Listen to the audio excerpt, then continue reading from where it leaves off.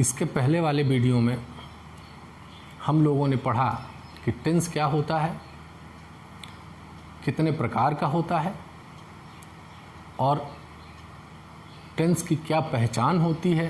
जैसे कि हमने बताया कि टेंस मूलतः 3 प्रकार के होते हैं, 3 टाइप्स के हैं और उसके 4 काइंड्स होते हैं, 4 अलग प्रकार होते हैं और कुल मिलाकर के 12 टेंस होते हैं, 12 टेंस बनते हैं।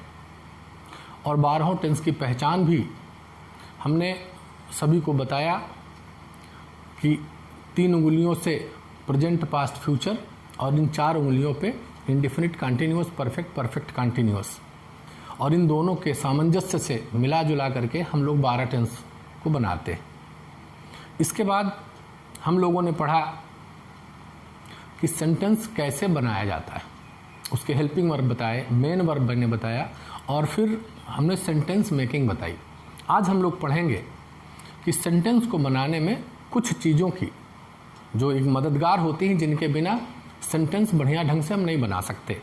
तो चलिए देखते हैं कि वो कौन सी चीज़ें हैं जिन्हें जानने के बाद हम किसी वाक्य को बनाने में टेंस और उसके हेल्पिंग वर्ब के साथ साथ कुछ और भी अतिरिक्त चीज़ें हैं जिन्हें हमें जानना चाहिए। तो सबसे पहले मैं आपको बता रहा हूँ कि वाक्य जब हम बनाएंगे, वाक्य में एक शब्द आता है जिसको अपने बार बार कहते हैं, अपने। और इस अपने शब्द की कोई फिक्स इंग्लिश नहीं होती।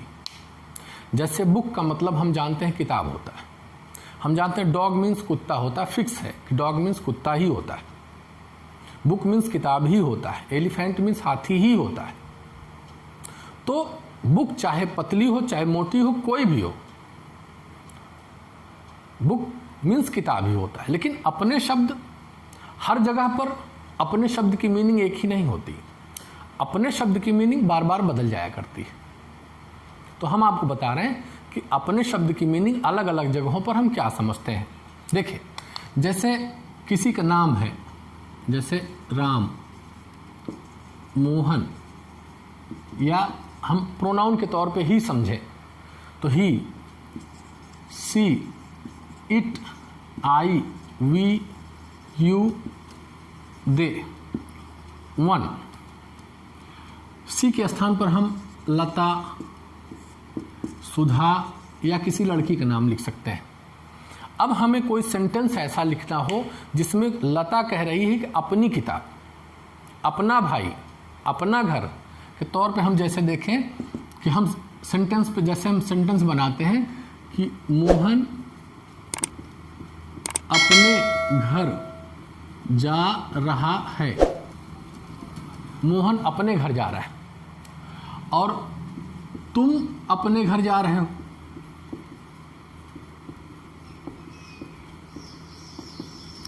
इन दोनों वाक्यों में देखें, मोहन अपने घर जा रहा है, अपने शब्द, तुम अपने घर जा रहे हो, अपने शब्द।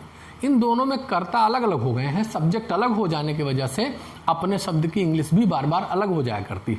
तो जब यहाँ पर मोहन होगा तो हम अपने की अंग्रेजी कुछ दूसरी लिखेंगे, सुधा होगा तो कुछ और लिखेंगे, आई होगा तो कुछ और, वी होगा तो कुछ और, यू होगा तो कुछ और।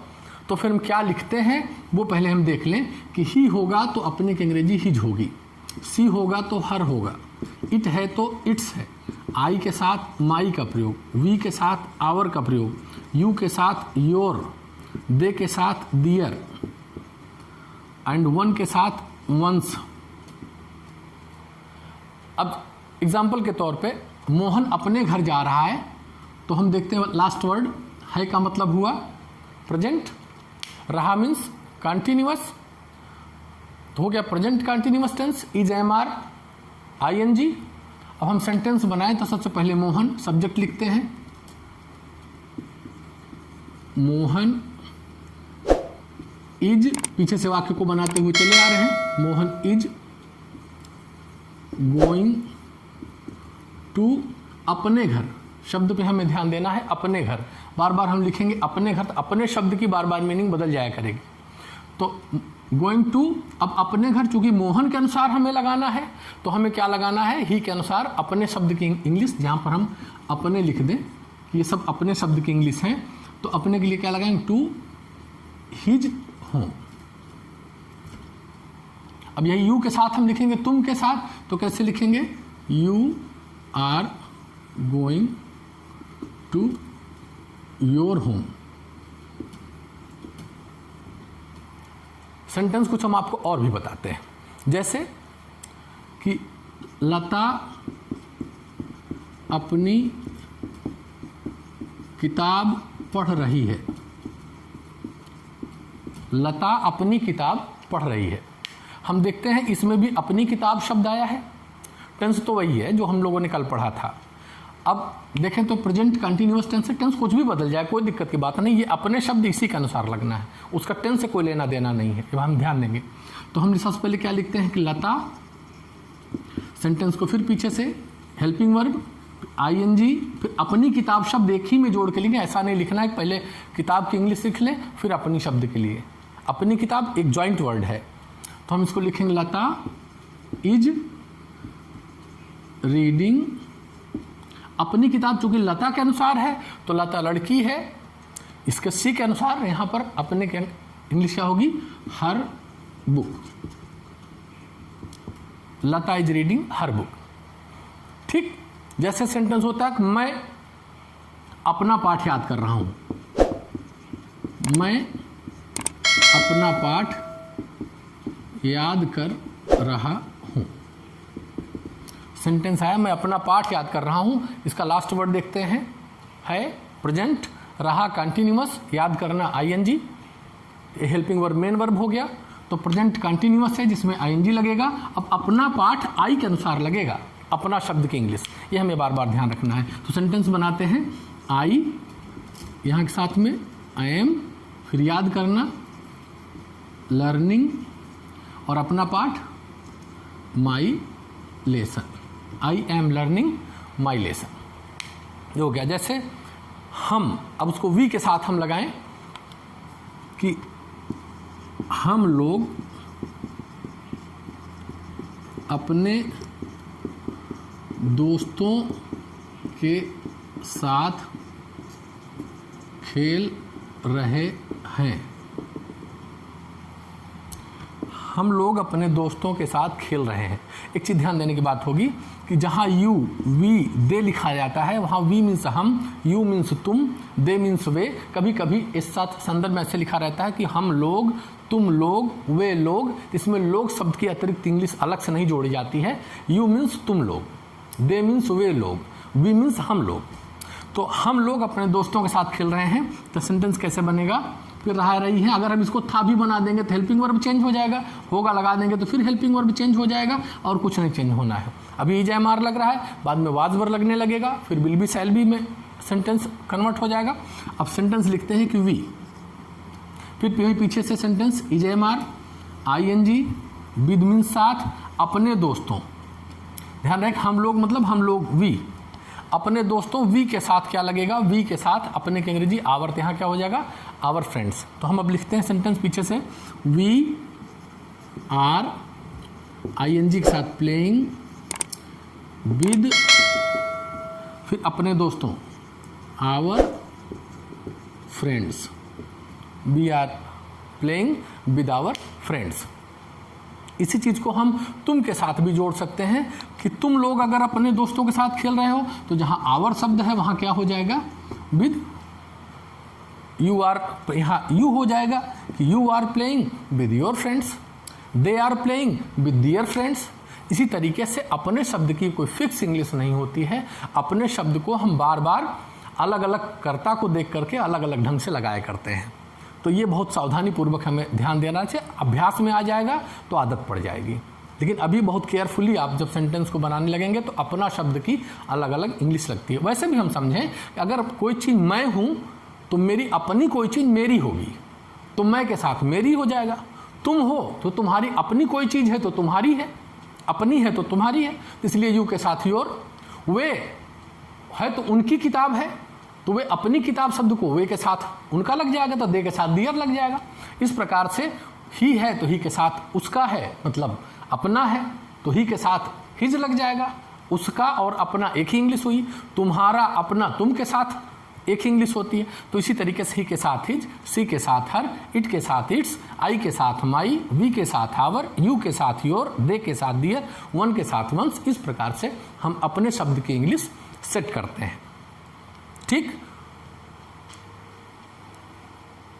चर्चा करते हैं कुछ प्रीपोजिशंस के बारे में। जो मुख्य प्रीपोजिशन है, हम कहते हैं रनिंग प्रीपोजिशन है, जिनकी बहुत आवश्यकता पड़ती है सेंटेंस को बनाने में, बार बार स्टेप टू स्टेप उनकी ज़रूरत पड़ती रहती है। तो सबसे पहले हम कुछ प्रीपोजिशन मैं नोट कर रहा हूँ, जो आप जानते हैं वो तो बहुत अच्छी बात है, अगर नहीं जानते हैं तो उसको देखिए। जैसे on, in, into, to, from, with, by, etcetera.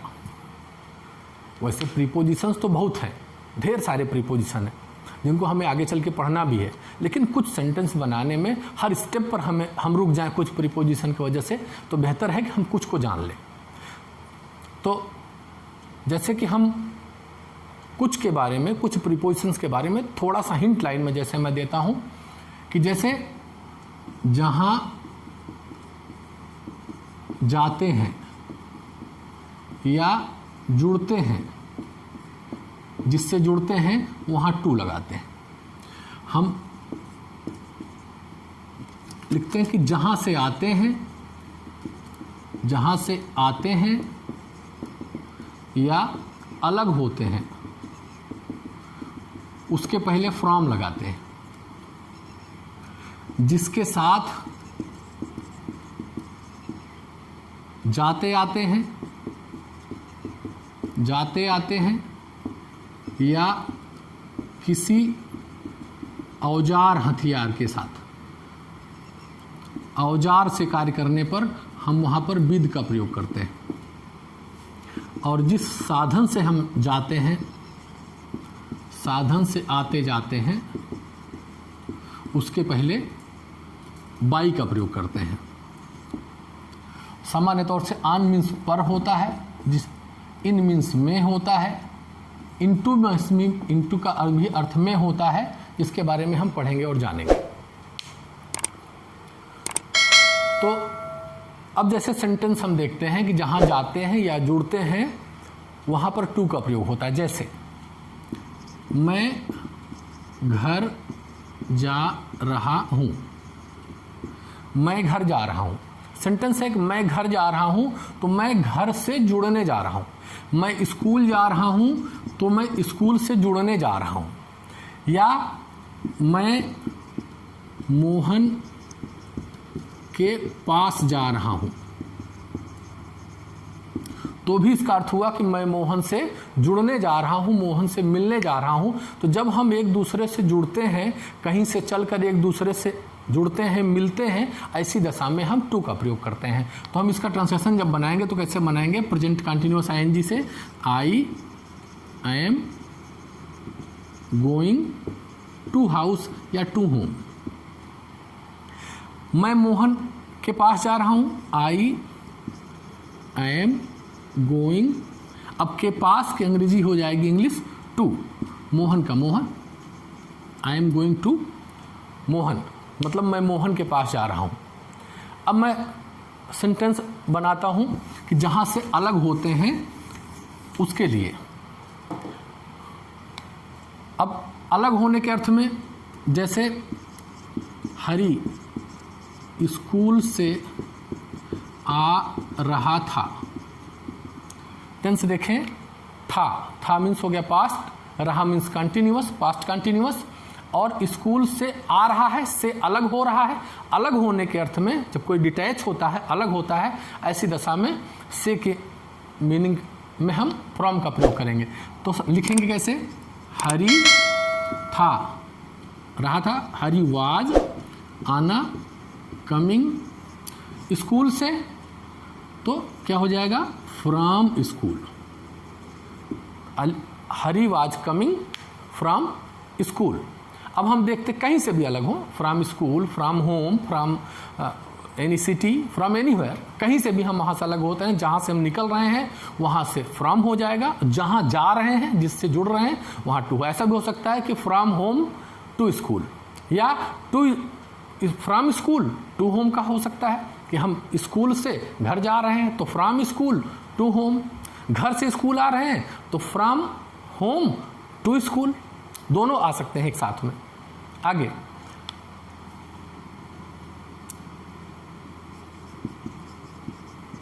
Mohan Hari के साथ स्कूल जा रहा है। सेंटेंस देखें, हरि के साथ, हम जिसके साथ काम करते हैं अथवा जिस चीज से काम करते हैं, जैसे मैं, और नीचे लिखता हूं, मैं कलम से लिख रहा हूं, तो मैं कलम से लिख रहा हूं तो कलम को एक औजार, एक हथियार के रूप में, कोई किसी को डंडे से मार रहा है, कोई पेचकस प्लास से कोई काम कर रहा है, कोई भी टूल, कोई औजार, कोई हथियार से जब कोई काम करता है तो ऐसी दशा में हम विद का ही प्रयोग करते हैं। तो अब हम इसका ट्रांसलेशन बनाते हैं कि मोहन स्कूल जा रहा है, प्रेजेंट कंटिन्यूअस आईएनजी ईजेएमआर। तो सबसे पहले लिखेंगे क्या, मोहन, वाक्य पीछे से इज गोइंग, अब जहां जा रहा है टू, तो हम क्या लिखेंगे यहां पर, गोइंग टू स्कूल। किसके साथ जा रहा है, तो यहां लिख देंगे विद हरि। ये हो गया Mohan is going to school with Hari. और मैं कलम से लिख रहा हूं, तो फिर कलम से मतलब कलम के साथ लिख रहा हूं, कलम से लिख रहा हूं मतलब कलम के साथ लिख रहा हूं, तो कैसे सेंटेंस बनेगा, I am writing with pen, I am writing with pen. आप इसको उतार सकते हैं वीडियो रोक करके।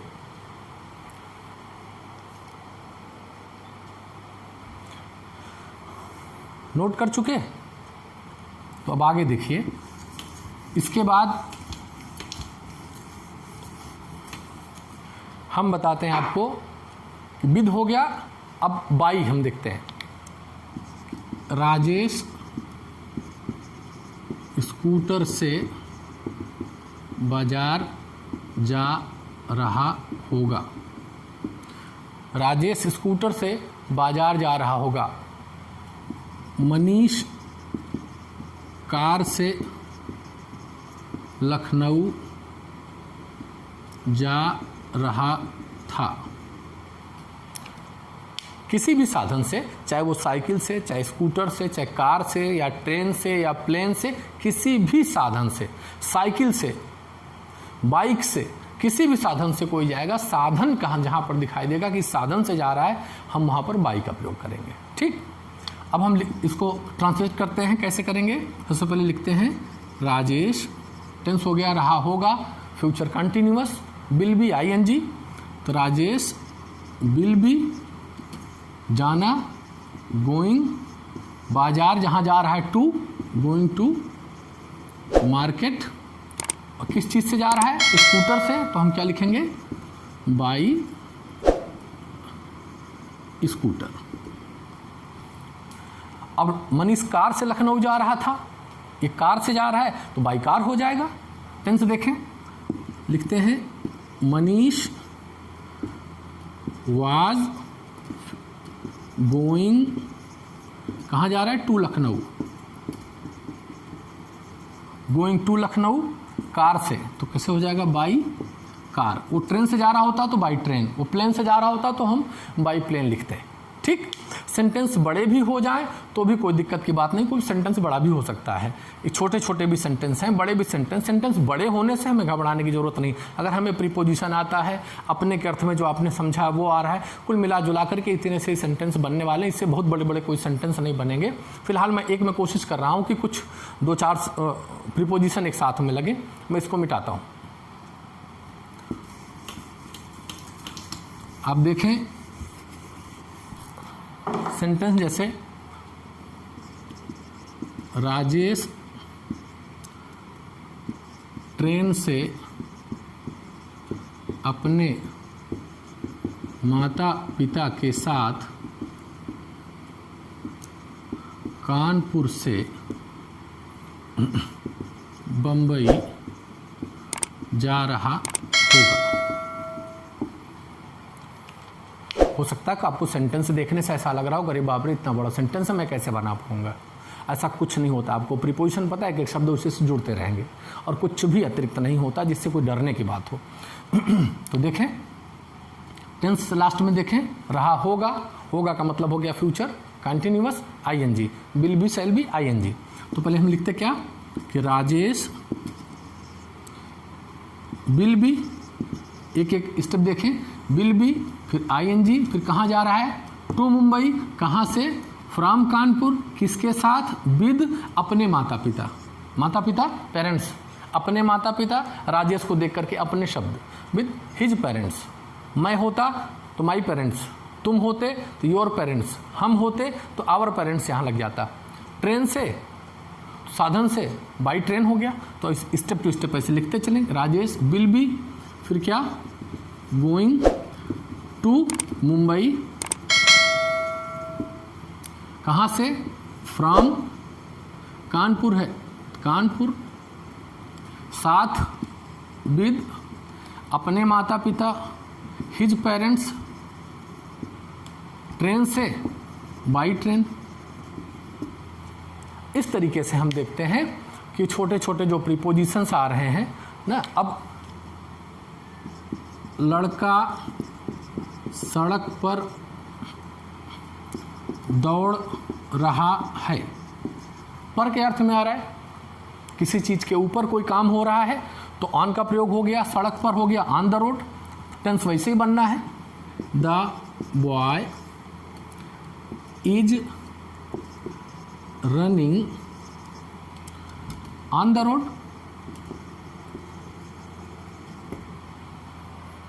ठीक, मे के अर्थ में हम देखें सेंटेंस,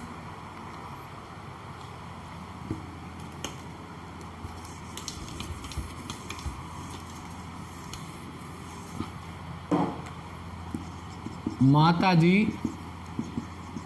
किचन में खाना बना रही होंगी। किचन में खाना, किसी चीज़, किसी कमरे के अंदर, स्कूल के अंदर, पानी के अंदर, अथवा किसी भी चीज़ के अंदर जहाँ शब्द बात आएगी, में शब्द आएगा या अंदर शब्द की बात आएगी, वहाँ पर इन का प्रयोग करेंगे। अब क्या हुआ कि मदर हो गया विल बी, फिर बनाना, फिर खाना, फिर इन, फिर किचन, एक एक स्टेप क्लियर करते आएंगे, आसानी के साथ बन जाएगा। मदर विल बी मेकिंग अथवा cooking the food in the kitchen. ऐसा होता है कि जब हम कहीं से चल करके किसी चीज़ में प्रवेश कर रहे होते हैं, किसी, जैसे हम चल करके कमरे के अंदर घुसे, या कोई मेढक पानी में कूद गया, हम कमरे के अंदर आए, कोई स्कूल के अंदर, किसी चीज़ के अंदर, कंपार्टमेंट, किसी डिब्बे में कोई चीज़ आपने रखा, बाहर से चल करके गति करते हुए जब हम अंदर आते हैं, ऐसी स्थिति में इनटू का प्रयोग करते हैं। ठीक, जैसे कमरे में जा रहे हैं तो हम कहते हैं कि लड़के कमरे में जा रहे हैं। अब कमरे में जा रहे हैं, चूंकि गति करते हुए सीधे कमरे में हैं, कमरे में खेल रहे हैं, कमरे में पढ़ रहे हैं, तो सिर्फ इन का प्रयोग होगा। लेकिन कमरे में जा रहे हैं तो इसका मतलब कहीं बाहर से अंदर की तरफ जा रहे हैं, तो ऐसी दशा में हम इनटू, यहाँ इन की जगह पे इनटू लिखते हैं। कैसे लिखेंगे कि boys are going into the room. ठीक, ये कुछ खास प्रीपोजिशंस हैं जिनको मैंने आपको बताया। आप इसको ध्यान से समझिए, इसका अभ्यास करिए और अभ्यास में अपने टीचर की मदद लीजिए। ठीक, और ये चीज़ें अगर आप ठीक ढंग से समझ पाएँ तो आपको आपने टेंस समझा है, टेंस के साथ में आप उसकी पहचान जानते हैं, उसकी सहायक क्रिया जानते हैं, मुख्य क्रिया के फॉर्म जानते हैं, मेन वर्ब के कुछ फॉर्म्स हैं बुक में दिए गए हैं जिनको आप देख करके, जितने ज़्यादा मेन वर्ब आपको तैयार होंगे उतनी ही ज़्यादा इंग्लिश आपकी स्ट्रांग होगी, उतनी ज़्यादा इंग्लिश आपकी मजबूत होगी, बेहतर होगी, अच्छी होगी। आप लिख सकते हैं, समझ सकते हैं, पढ़ सकते हैं, इवन आप बोल भी सकते हैं। उसमें आपके वर्ब सबसे इंपॉर्टेंट होता है। किसी भी वर्ड के लिए वर्ब सबसे इंपॉर्टेंट है, कोई भी सेंटेंस के लिए वर्ब सबसे इंपॉर्टेंट है। मेन वर्ब जो 3 form of the main verb के रूप में बुक्स में दिए गए हैं, सबकी बुक्स में दिए गए होंगे, उसको खोजिए और टीचर की भी मदद लीजिए कि किस तरीके से कहाँ पे मिलेगा। और उसकी संख्या जितनी आप अपने मेमोरी में बढ़ा पाएंगे, जितना वोकैब आप उतना सेट कर पाएंगे। वर्ड मीनिंग में वर्ब सबसे ज़्यादा इंपॉर्टेंट होता है। जितना वर्ब, चूँकि हमें बहुत कुछ पता होता है, हम वर्ब नहीं जान पाते, क्रिया उसकी नहीं समझ पाते, इसलिए सेंटेंस रॉन्ग हो जाता है। तो क्रिया सबसे इंपॉर्टेंट है, वर्ब को जानने को, उसके 3 फॉर्म्स याद करने की कोशिश करिए कि अधिक से अधिक 3 फॉर्म ऑफ द वर्ब आपको तैयार हो, उसकी मीनिंग भी पता हो कि इसका अर्थ क्या होता है। तो इसको आप जो चाहें आप नोट कर सकते हैं। उसके बाद हम अगले टॉपिक पर बढ़ते हैं।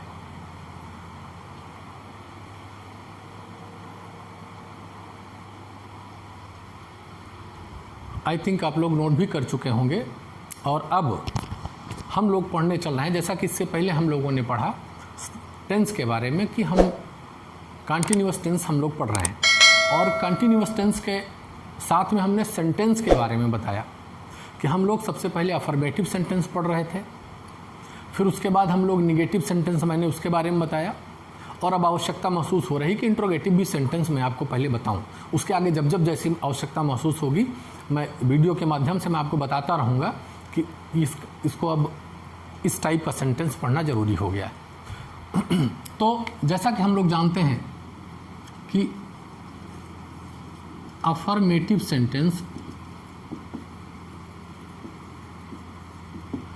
फिर निगेटिव सेंटेंस, फिर इंट्रोगेटिव सेंटेंस,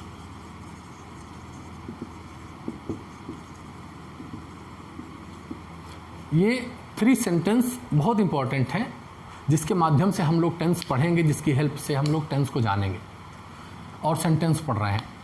तो अफर्मेटिव सेंटेंस वास्तव में जो सेंटेंस का स्वरूप होता है, सबसे महत्वपूर्ण बात है ये समझना कि सेंटेंस का जो एक सामान्य स्वरूप होता है, जो हर जगह वैसे ही रहता है, वो यह है कि कोई भी सेंटेंस में सबसे पहले सब्जेक्ट होता है, फिर वर्ब होता है, वर्ब में एक हेल्पिंग वर्ब होता है, हेल्पिंग वर्ब, और साथ में उसके होता है मेन वर्ब, उसके बाद ऑब्जेक्ट होता है।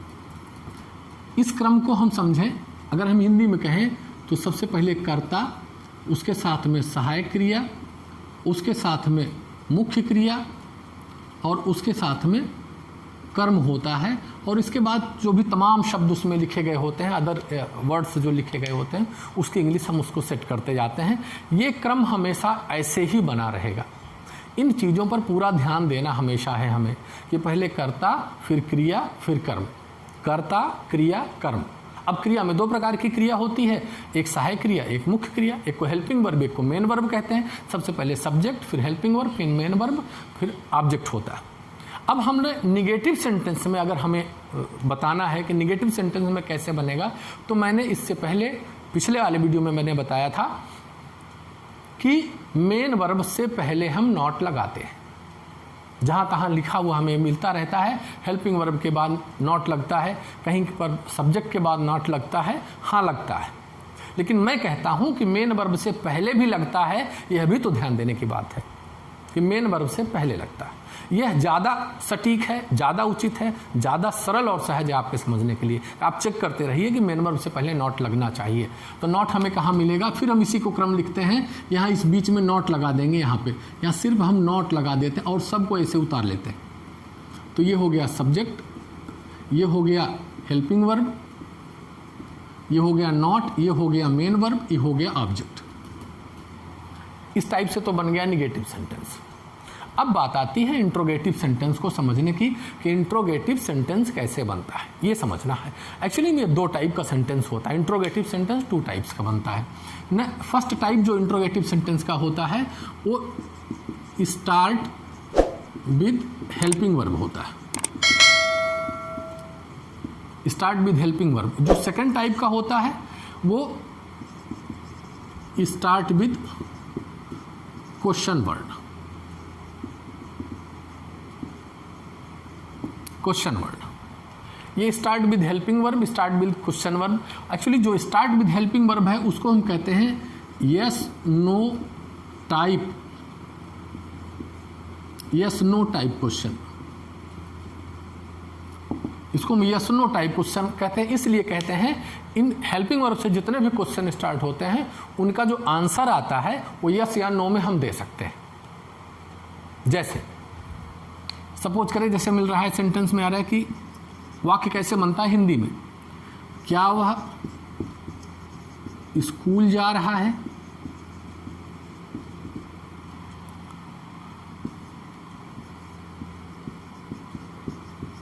क्या तुम खाना खा रहे हो? क्या लता कमरे में सो रही थी? इन प्रश्नों को अगर आपसे कोई पूछे तो आप उसका उत्तर हाँ या ना में दे सकते हैं। जैसे कोई आपसे पूछता है कि क्या वो स्कूल जा रहा है, आप कह सकते हैं हाँ। क्या लता कमरे में सो रही है? नहीं। क्या तुम खाना खा रहे हो? नहीं। हाँ, हाँ और नहीं में आंसर हम दे सकते हैं। और इसके अलावा जो क्वेश्चन वर्ड्स होते हैं, क्वेश्चन वर्ड्स का आंसर कभी हाँ और ना में आप नहीं दे सकते। जैसे एक जो क्वेश्चन वर्ड्स हैं इसमें व्हाई आता है, वेयर आता है, व्हेन आता है, कौन कौन आता है उसका हम बताते होंगे। सोचने वाली बात यह है, अगर व्हाई से कोई प्रश्न करता है कि तुम वहाँ क्यों नहीं गए, व्हाई से क्वेश्चन क्यों नहीं गए या तुम क्यों गए थे, तो आप हाँ नहीं कर सकते। तुम कहाँ रहते हो? हाँ। ऐसा कैसे हो सकता है क्या कि तुम कहाँ रहते हो? नहीं। वो कब आएगा? हाँ। वो कब जाएगा? नहीं। अब हाँ नहीं में आंसर इन प्रश्नों के नहीं दे सकते। लेकिन क्या से स्टार्ट होने वाले वर्ड से, जो क्या से शुरू होते हैं कि क्या वह स्कूल जा रहा है, क्या तुम वहाँ जा रहे हो? हाँ। क्या तुम ये काम कर रहे हो? नहीं। क्या तुम इसको करोगे? हाँ। क्या तुम ऐसा करोगे? हाँ अथवा नहीं। हाँ नहीं में उत्तर हम दे सकते हैं। तो ध्यान देने की ये सबसे इंपॉर्टेंट बात है। एक तो प्रश्न ये बनता है जिसको यस नो टाइप क्वेश्चन बना रहे हैं कि यस नो से हम उसका आंसर दे सकते हैं, और एक को अदर वर्ड्स जो होते हैं क्वेश्चन वर्ड से हम वाक्य बनाते हैं।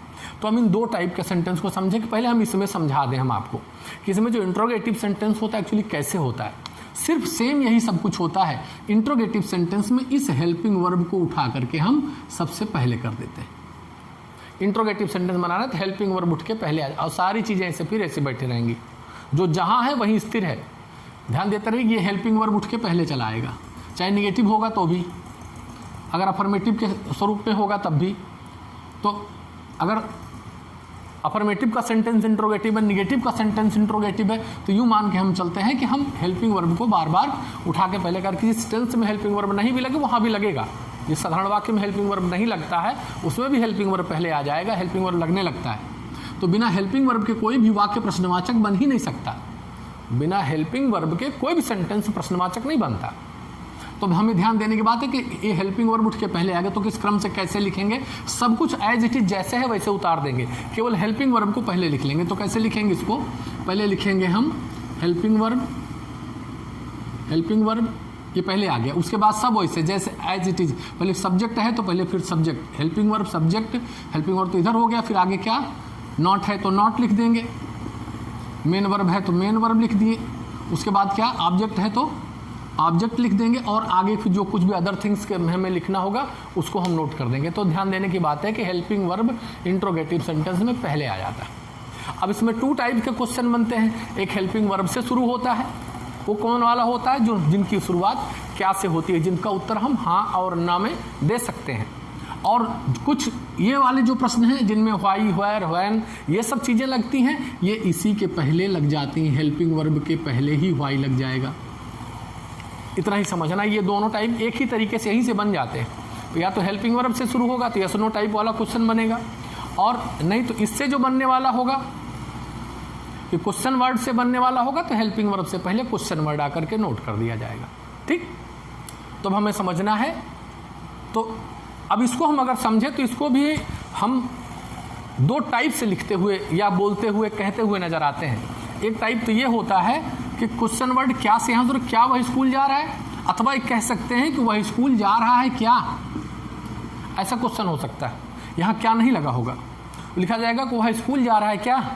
हम लोग बोलने में ज़्यादा ऐसा इस्तेमाल करते हैं, वो स्कूल जा रहा है क्या, वो ये काम कर रहा है क्या, तुम पढ़ रहे हो क्या, वो हंस रहा है क्या, वो खाना खाएगा क्या, ऐसा हम लोग प्रश्न करते हैं। तो क्या वाक्य पहले भी हो सकता है और क्या वाक्य के बाद भी हो सकता है, क्या वाक्य के पहले भी हो सकता है, क्या वाक्य के बाद में भी हो सकता है। तो लेकिन दोनों स्थितियों में हम इसका उत्तर, इसका आंसर यस नो में देते हैं कि तुम खाना खा रहे हो क्या, तब भी वो कहेगा हाँ।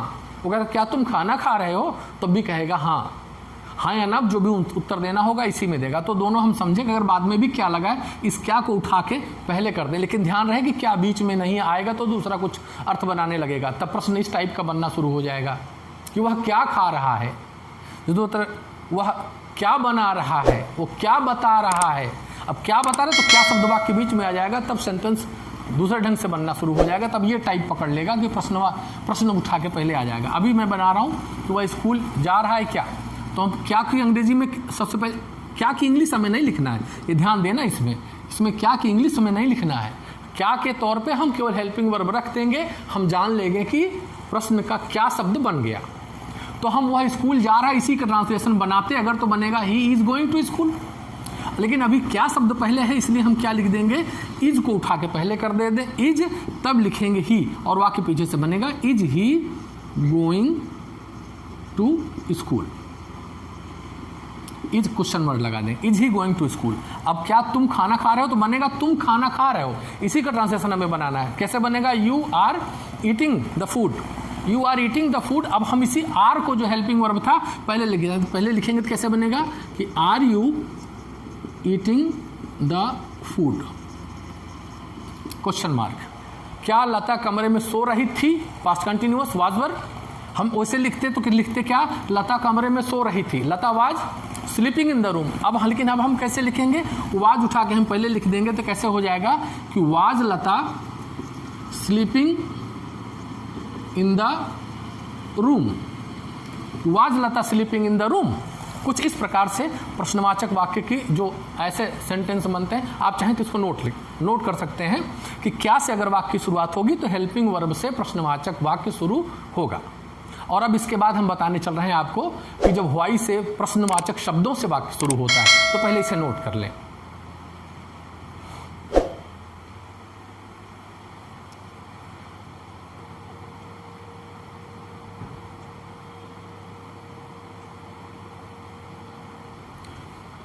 अब सबसे पहले हम आपको बताते हैं कि प्रश्नवाचक शब्द के बारे में, कि वास्तव में प्रश्नवाचक शब्द कौन कौन से होते हैं। ये भी इंपॉर्टेंट है समझ पाना, नहीं तो लोग प्रश्नवाचक शब्द की ही मीनिंग नहीं जानते हैं कि प्रश्नवाचक शब्द कौन कौन से हैं। तो नोट करते चलिए कि what, where, when, why, who, whose, whom, which, how many,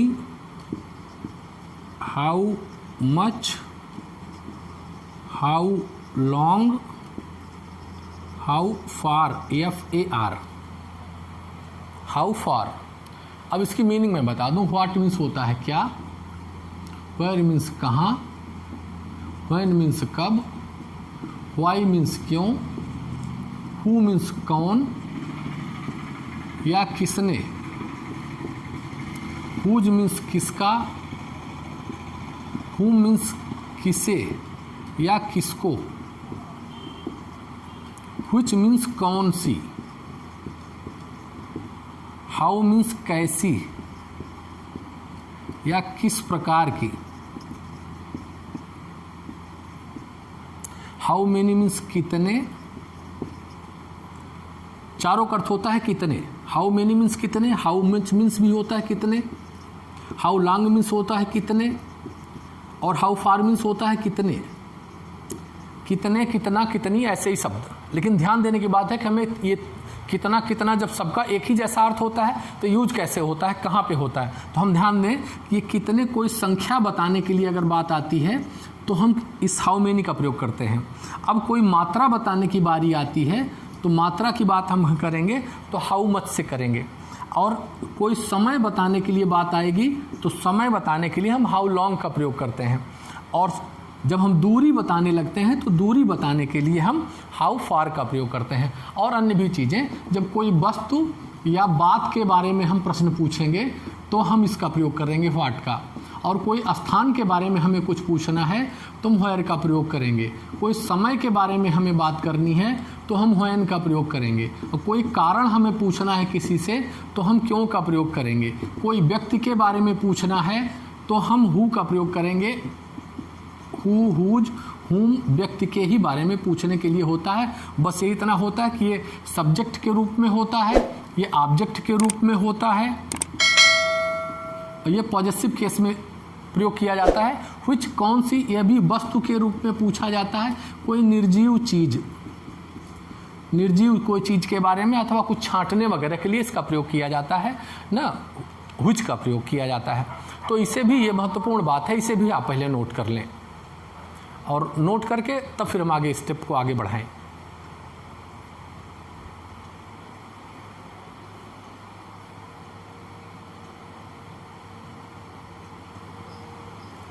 और अब यदि आप नोट कर चुके हों तो चलिए हम एक एक प्रश्नवाचक शब्द से मिला जुला करके एक एक वाक्य हम आपको बताते हैं कि इनका प्रयोग किस प्रकार से वाक्यों में होता है। तो मैं इसको यहाँ से मिटा रहा हूँ और इसके आगे वाले वर्ड्स के अनुसार हम आपको वाक्य लिख करके बता रहे हैं, सेंटेंस आपको लिखते हैं। जैसे हम लिखते हैं कि वह क्या खा रहा है। सेंटेंस ध्यान देना कि क्या वह खा रहा है या वह खा रहा है क्या। अभी हमने इससे पहले हम देख रहे थे कि क्या वह खा रहा है और वह खा रहा है क्या, तो हेल्पिंग वर्ब से शुरू हो जाएगा। लेकिन अब पूछ रहा है कि वह क्या खा रहा है, वाक्य के बीच में प्रश्न आ गया कि वह क्या खा रहा है, तो इसका मीनिंग दूसरा हो जाएगा। अब कहाँ से अगर हम देखेंगे कि वह कहाँ जा रहा है, इस प्रकार से प्रश्न बनेगा कि वह कहाँ जा रहा है। मोहन गांव से कब आ रहा है। प्रश्न देखते हैं कि कब वाक्य के बीच में आ रहा है, कब आ रहा है। लता क्यों नहीं पढ़ रही है, क्वेश्चन मार्क। लता क्यों नहीं पढ़ रही है। तुम्हें कौन बुला रहा है, कौन शब्द से। तुम किसकी किताब पढ़ रहे हो। सेंटेंस देखें, whom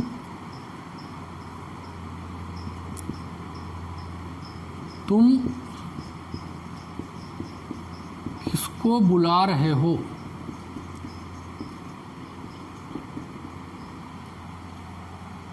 अब इतना पहले देख लेते हैं, फिर आगे वाले प्रश्न भी बता रहे हैं। अब देखिए वह क्या खा रहा है, तो हमें करना क्या है, जैसे हमने बताया कि हेल्पिंग वर्ब उठ के पहले है। पहले क्रम क्या होता है हमारा, पहले सब्जेक्ट होता है, helping verb, main verb, object. Subject, helping verb, main verb, object. ध्यान देने की बात है, subject, helping verb, main verb, object. तो हम क्या करते हैं कि हेल्पिंग वर्ब को उठा के प्रश्न में पहले कर देते हैं। साधारण वाक्य कैसे बनेगा, subject, helping verb, main verb, object. Negative में मेन वर्ब से पहले नॉट लग जाएगा और इंट्रोगेटिव सेंटेंस में हेल्पिंग वर्ब उठ के पहले चला आएगा, तो यस नो टाइप बनाने लगेगा कि क्या वह जा रहा है। और वाक्य शब्द में, शब्द वाक्य बीच में जैसे क्या, कहाँ, कब, ये सब वाक्य क्यों, कौन, किसकी, किसको, ऐसे वाक्य के बीच में जब आएंगे तो इसकी इंग्लिश सबसे पहले उठा करके हम इसी की इंग्लिश लिखेंगे। प्रश्न का शब्द अगर दिखाई दे गया बाकी बीच में तो हम प्रश्न के शब्द को उठा के पहले कर देंगे। फिर वही यस नो टाइप वाला पूरा नियम लगा देंगे। पहले इन प्रश्न के शब्द को उठा के रख देंगे, उसके बाद हेल्पिंग वर्ब सब्जेक्ट लगाते हुए वाक्य आगे बढ़ाएंगे। और दिमाग से बात को समझिए कि हेल्पिंग वर्ब उठा के प्रश्न में पहले आ जाता है, यस नो टाइप क्वेश्चन बना देता है। और अगर कोई प्रश्न बीच में आता है तो प्रश्न को सबसे पहले लिख लेते हैं। तो प्रश्न, फिर वही हेल्पिंग वर्ब, फिर सब्जेक्ट, फिर मेन वर्ब, फिर ऑब्जेक्ट। तो इसी क्रम से लिखते हैं। सबसे पहले क्या की इंग्लिश लिख दिए, क्या, व्हाट। फिर वही हेल्पिंग वर्ब के तरीके से व्हाट, वह करता है व्हाट इज, फिर वह ही खा रहा है, eating question mark, what is he eating. अब हम देखते हैं कि वह कहाँ जा रहा है, तो कहाँ शब्द की इंग्लिश सबसे पहले लिख लेंगे क्या, वेयर। अब वही उसी पुरानी प्रक्रिया या स्नो टाइप के प्रश्न के अनुसार, where is he going, question बन गया। मोहन गांव से कब आ रहा है, कब की इंग्लिश पहले लिख लेंगे क्या, व्हेन पहले लिख लिए। अब हेल्पिंग वर्ब व्हेन इज, फिर सब्जेक्ट मोहन, फिर आना कमिंग, गांव से पहले जहां से अलग हो रहा है, फ्रॉम द विलेज। लता क्यों नहीं पढ़ रही है, क्यों शब्द की इंग्लिश पहले हो जाएगी क्या, वाई, फिर इज, फिर लता, नॉट है तो not reading, why is Lata not reading. तुम्हें कौन बुला रहा है, हम इसको बना तो कौन शब्द की पहले हो गया क्या, हु इज कॉलिंग यू। तुम किसकी किताब पढ़ रहे हो, तो किसकी किताब शब्द की इंग्लिश पहले आ जाएगी। जगह कम है इसलिए मैं यहां लिखता हूं कि हुज बुक, किसकी किताब, are you reading, whose book are you reading. किसको शब्द है, किसको उठा के पहले आ जाएगा कि whom, तुम किसको बुला रहे हो, whom are you calling to. Actually में टू whom शब्द या तो यहां पहले लगा दिए टू whom, या whom के साथ में टू लगेगा, क्योंकि ऑब्जेक्टिव केस में वो लिखा जाता है और ऑब्जेक्ट हमेशा टू लगा करके लिखा होगा। तो whom are you calling to, इस तरीके से हुआ। which को हम देखते हैं कि वह कौन सी किताब पढ़ रहा है, वह कौन सी किताब पढ़ रहा है, तो कौन सी किताब को हम इधर लिखते हैं, सबसे पहले क्या लिख देंगे, which book is he reading। Question बना कि which book is he reading, वो कौन सी किताब पढ़ रहा है। तो एक एक करके हम क्रम से देख रहे हैं कि वो कैसे, अगर शब्द आ जाएगा तो वो कैसे पढ़ रहा है, तो हाउ वर्ड लग जाएगा। वो अब इससे आ गया कि हाउ मेनी, तो हाउ मेनी का मतलब कितनी, वो कितनी किताब पढ़ रहा है, तो हाउ मेनी बुक्स, जहाँ हाउ ये बोले व्हिच बुक, वहाँ how many book is he reading. वो कितना दूध पी रहा है, how much milk is he drinking. फिलहाल आप इसी क्रम से इस सेंटेंस को बनाएंगे, प्रश्न को उठा के बार बार पहले लिखेंगे, फिर हेल्पिंग वर्ब लिखेंगे, फिर सब्जेक्ट लिखेंगे, फिर मेन वर्ब लिखेंगे, बीच में नॉट होगा तो पहले लगा लेंगे, फिर आप ऑब्जेक्ट लिखेंगे और अदर थिंग्स को नोट करेंगे। इस क्रम से आप छोटे छोटे वाक्यों को अपने टीचर की भी मदद से और बुक के भी एक्सरसाइज देख करके आप लिखने का, बनाने का, अनुवाद करने का अभ्यास करें। ठीक, तो इसे भी आप चाहें तो नोट कर सकते हैं।